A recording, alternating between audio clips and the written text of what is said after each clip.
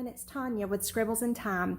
I am here today to show you a flip through of a book that I have made. It's kind of a spin-off of a book that I made for myself, which I haven't done a flip through of yet because I am having a hard time deciding on a cover. I've got it narrowed down to two really old books and I can't decide which cover I want to use. But the reason I don't even know where to start. The reason I did my book was because I don't know about all of you, but I receive ephemera or items from fellow crafting friends, and there's things I've accumulated over some time that I absolutely love, and I always want to stick them into one of my books and for myself to keep. It's just little, not anything of value, just little sentimental things that mean a lot to me, or things that make me happy when I look at them. And but a lot of my books are very theme related. Like I have my Jerusalem book, I have my mediative scrapbooking book, and I've gotten other journals that I kind of keep towards certain themes, like my favorite quotes and things like that. So I wanted to do up a book of things that make me happy to look at. So I made myself one, and since I haven't been able to decide on my cover, I went ahead and started another book, and this is it. So I'm going to do a flip through of this one. Now this one is going to go up in my Etsy.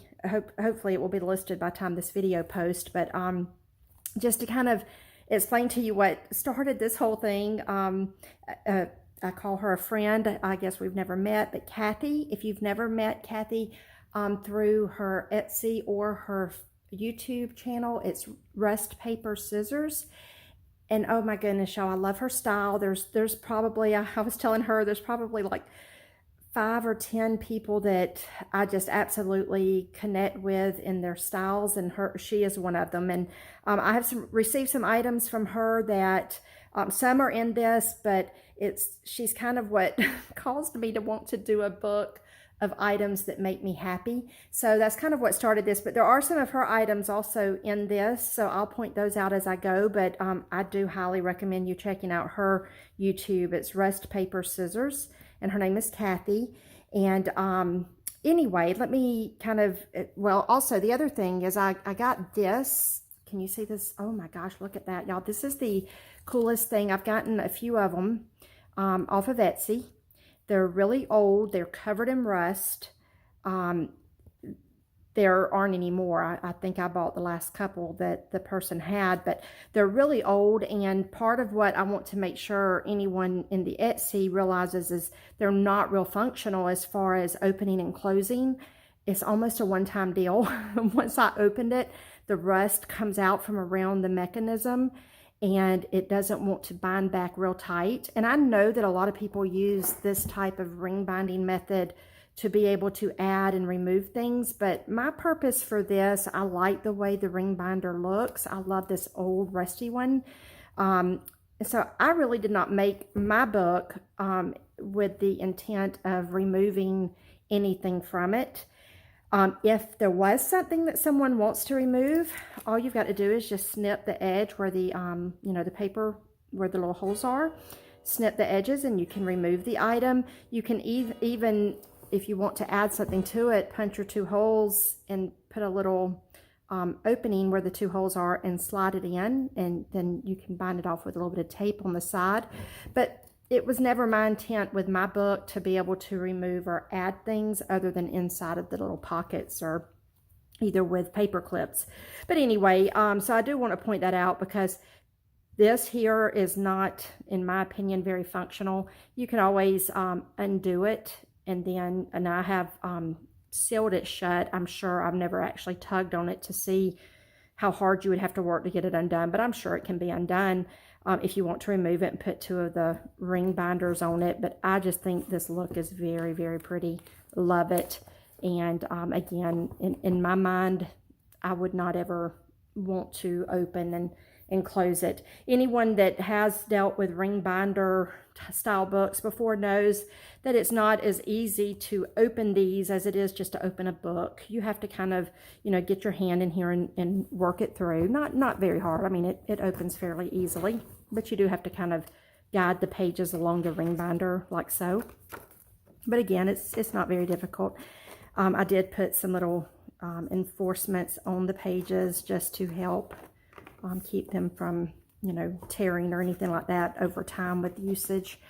But anyway, so the book, back to the front of it again, this is an old Rebecca book, which y'all probably heard me talk about my grandmother many times. My grandmother is 90, almost 91, and I sit with her most days, and I actually was asking her, because she has her moments where she has a great memory. So when she's having a good moment, I asked her if had she ever read the book Rebecca, and she remembered it very well. She said she had, and that there's actually a movie. She says there's a movie based off of the book. I'm you know, again, her memory's not always real sharp, but I think she's right, because she was having a very good, you know, moment of clarity when we were talking about it. So I think she's right. I think there probably is. I haven't researched it yet, but I can tell you this. I had already taken this book apart to make this when she and I were talking about it, and I fell in love just reading the first page, which the first page is actually in here. I always try to keep true to the book and the life of the book when I make a repurposed book like this.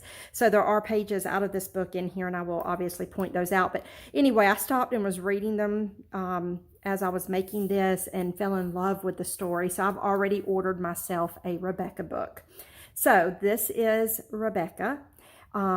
Rebecca is, now the actual book cover is like, what, 5.5 by about 8.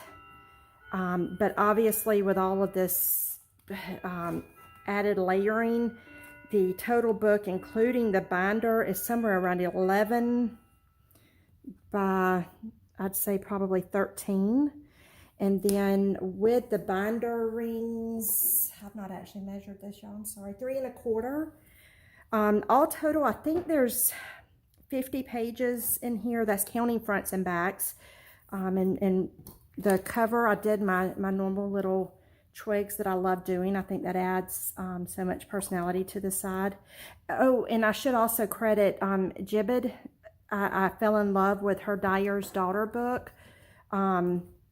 So I did try to somewhat, when I was making my book for myself, her book makes me happy. I've watched her video probably, I said I have my top 5 or 10.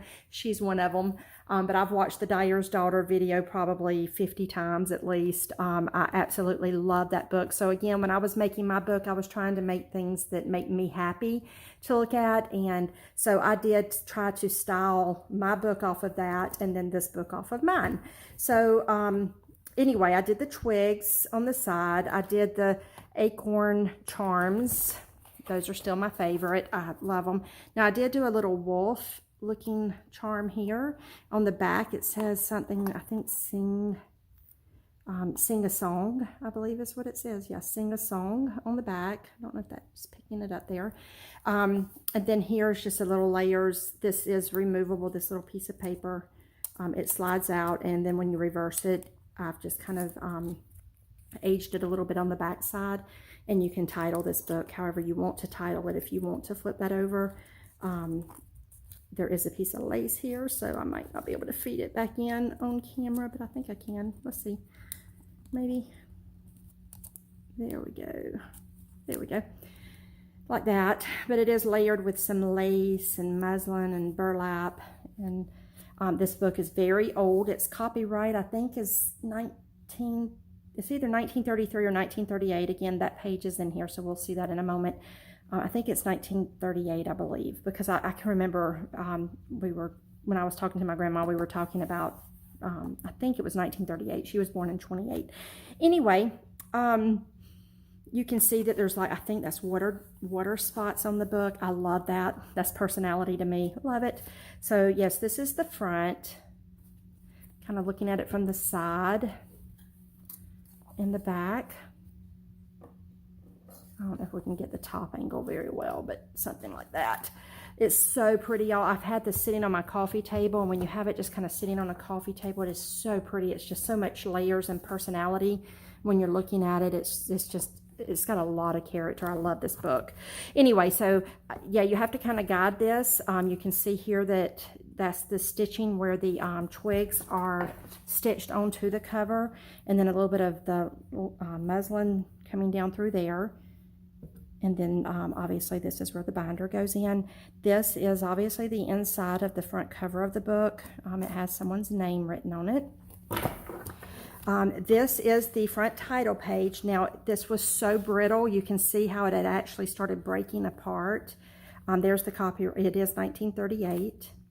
But yeah, the page was so brittle that I actually went through and like decoupaged it to make it more pliable, because it was so brittle. It was just literally wanting to crumble, and I was trying to salvage that page. So this has the copyright on the back, 1938, and obviously I've lined it with some cardstock to make it more reinforced for the holes. This is an Edith Holden page with a little bit of collaging here on it with some fabric material tickets, 2 feathers and a butterfly and a little fabric tag. This is a little bag. Opens this way. This is an old, I don't know, it looks like some type of math paper. It had a date of 10/17/66 on it. I did back it with some paper. Again, this is all pretty old, so I wanted it to be more durable. And so yes, on the back, that's just backed with paper for writing on. This is one of the items that I received from Kathy. This is so cool, y'all. She has these rusty paper prongs, I guess. I don't know exactly what she calls them, but they're some type of prongs. And she actually makes these, and they're like little notepads. They're so pretty. I just love her style. She has a lot of rusty, just vintagey looking items in her shop. Check her out. And I just did that with a little hinge onto an envelope, like so. And then the envelope flips open right here. And this is an old, I think they call these pinafore cards. Now, I don't know, these are going to be in my Etsy shop also. I've got to just decide, because I can actually put these in just a standard envelope and mail them. So shipping would be minute, you know, probably just a stamp if I just stick them in an envelope. But I've just got to figure that out, because I'm kind of new to Etsy. But I'm going to figure that out and post these. I have literally a box of these. They came from an estate sale, and I'll tell the story of that on Etsy if anyone's interested. There's all different, you know, pictures on them. But the envelope flips open like this, and then inside of the envelope, obviously you can put journaling cards or anything in here. This is the spine of the book. You can see how it was falling apart. Again, this book, I couldn't save this book, which is the only reason I broke it down. You all know from watching previous videos, I have a hard time breaking down books. I just, my instinct is to save books, and I just could not save this one other than to repurpose it in this manner. But anyway, there's the spine of the book, and then that's the title page there, or a title page. I think there was actually several there in the front. And then this here on the corner is just a little wooden, it almost looks like a little chalkboard, and then I've layered some flowers and greenery and a butterfly here on the front. The butterfly actually does bend up for a little bit of dimension.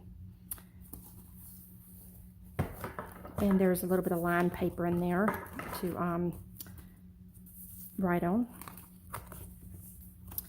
This is another item from Kathy. This was actually, it's a library card. Oh yeah, I wanted to repurpose this because I had this stuff from the front of the book. And so I wanted to put, there's the author, which her initials are the ones that are on the front of the book, and then the title of the book. And so I used Kathy's little library card on this. Isn't that so pretty? This is the information that was on the back. It just tells of the other books that this author has written. And so I put that on the back, and I hinged this on to the chapter 1 page out of the book. Oh, this was the page I sat and read, and then I got caught up in it and had to read the next page and the next page. So now I've ordered the book, and I can't wait for it to come in. I'm so excited. I'm probably one of the few people who have never read Rebecca or watched the movie, so I'm excited. This is another one of the Pinafore cards, obviously on a piece of like ledger paper. And this has like 3 sailors on it. Again, the cards have all different kind of pictures. There's a bunch of pictures with sailors on them, which I plan on doing a clipper ship, a book about clipper ships in the near future. And so I'm excited to use some of these in that book.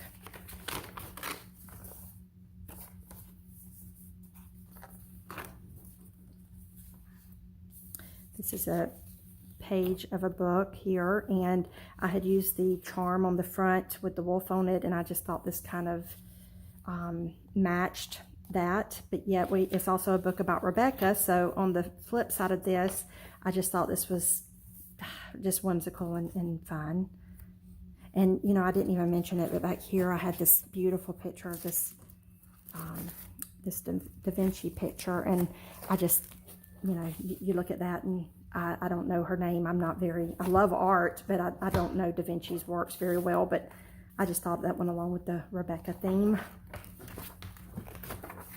Those of you who know what the portrait is of, you're probably like, oh my gosh, I don't know art, so I just have fun with what I do. This page here is just some collaging, and it says, "Today is full of possibilities." And I thought that went so good with the girl that looks like she's dreaming as she swings. This is the first page of chapter 2.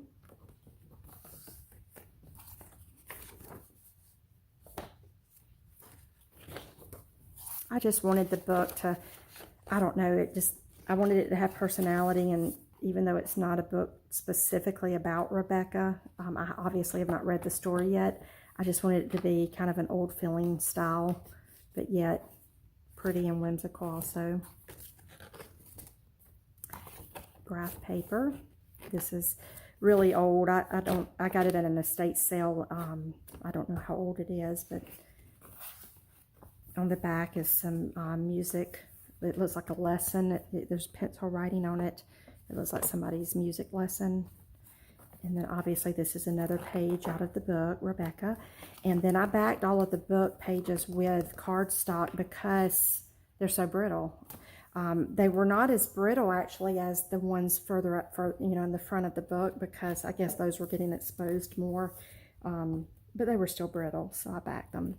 This is just some collaging. It's got a piece of leather with some fabric and buttons, and a little bit of yarn or twine. And then some collaging with one of the pages of the book. Some cheesecloth, lace, and some sari silk. You can see the stitching on the back where it was all stitched on. Let's see if I can lift it up so you can see. The stitching is done with the same color. It's a very neutral thread so that it kind of blends in. I didn't want anything to pop overly too much, or just enough to give it a little bit of personality. This is a time card that I've collaged on with some corrugated cardboard, sari silk. I used a style that I've seen, I can't think of her name, but I will mention it in my other video because I've included a lot of her stuff as well as Kathy's in that other book that I made for myself. But her site is, I can't remember, I think it's Donkey Journals. And so I kind of utilized a video that I had watched of hers. This here is a little kind of a journal, a rusty paper clip. This is one of the Pinafore cards. And then this is a little, obviously a pocket with a pen on it. And I started to snip the pen off so that it would sit flush, but I didn't know if the person would want the pen to use it for other reasons, so I left it on there, but it's an angel pen. And then inside of it is some paper for writing on. There is space in here also to put paper, but I did put my introduction letter in here that introduces the new owner to the book. So that's just kind of tucked in here.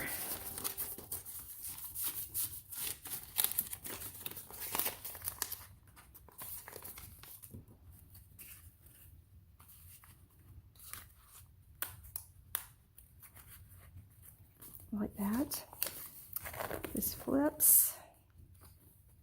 Am I in picture and frame here? This is a book page that I received. It is, I believe, from Finland. I believe I looked it up, and I think this is a place in Finland. I don't recognize that language. Let's see.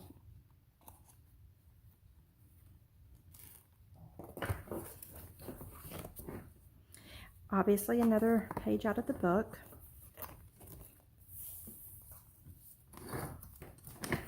This is a page that I've collaged on, and I just love this quote. It says, a ship in harbor is safe, but that's not what ships are built for. Again, I plan on using that quote in my book that I do on clipper ships. So I've been trying to get my stuff together and organized to start on that book eventually. I've been trying to start on that book for a long time. I keep getting sidetracked with other books. And this is the last page. The back cover is here. Again, there's stitching there and a little fabric tab. And then this is the back of the book. So that completes the flip through. Please let me know if you have any questions, any comments. Again, just watch how this works, because this is not like a regular book that you can just flip closed. You have to actually kind of feed everything back over the prongs. I just want everyone to realize that, because if you've never had a pronged book before, they are different. It's a different look. At first, when I started doing journaling, I did not like the look. I would see people make the pronged books, and I would think, what? Why? I don't know. That's just not my thing. But then I started seeing the layering, and then I saw Jibbit's video of the dyer's daughter, and I don't know, I fell in love with this whole look, this whole style. The one I'm making for myself, like I say, it's complete. I just can't pick out the book cover yet, because they're old. Let's be honest, they're old books, and I'm having a hard time breaking them down. But anyway, the one that I'm making for myself is going to sit on my coffee table, and I can't wait. But in the meantime, I've actually had this one sitting there, and oh, I love it. It's so pretty. It's really a neat addition to a home. So that is the flip through. Again, let me know if you have any questions or anything at all that I can help you with. I will try to remember to post Kathy's link below, and obviously when I do my next video where I show my book that I made for myself, I will be posting hers and Donkey Journals as well below that one, because I did use a lot of their items that I've received and love them so much.